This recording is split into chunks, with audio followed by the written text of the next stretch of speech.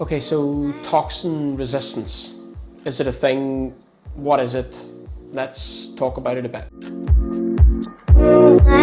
So yes, we know that toxin resistance is a thing, and it can be broadly split into kind of two different categories. So you get two different types of patients who are resistant to toxin treatment.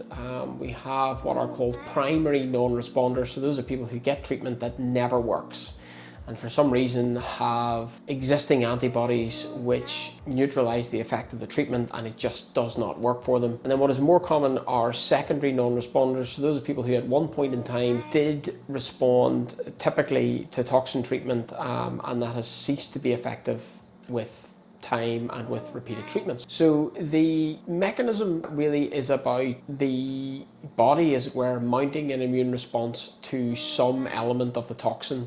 So be it the active part or be it some of the stabilizing proteins which form part of the solution that we inject. The incidence of truly resistant patients to toxin is extremely low. We know that from the data that we have out there. One of the key things practically for clinicians injecting toxin is to distinguish between those people who are truly resistant and those who probably just need a bit more than average in order to achieve the effect that they want to achieve. Because you will get a percentage of patients who just need a bit more to achieve average results. You will get some patients who need quite a bit more, typically men, in order to achieve an average effect. So if you've got someone who you've treated, let's say more than once, and you really feel like it's done absolutely nothing, where the effect has been zero, then you might have bumped into a truly resistant patient. So you ask yourself then, what do you do? I think that,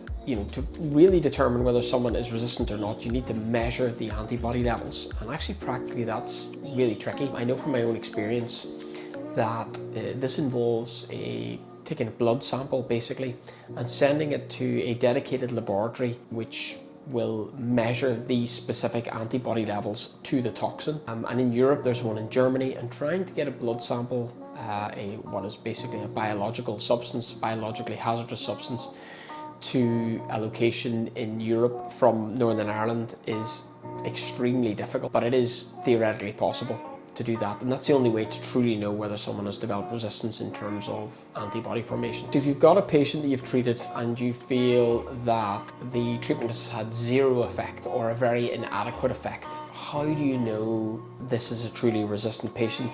I think it's difficult to completely determine that without sending antibody titers to the laboratory.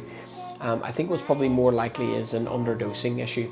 So I think if you've treated someone once, they feel like the effect has been inadequate, my advice would be add a little bit more the next time you come to treat the patient 12 to 16 weeks later, and see what that does. If that results in an inadequate or no effect, then it may well be that these patients have developed resistance.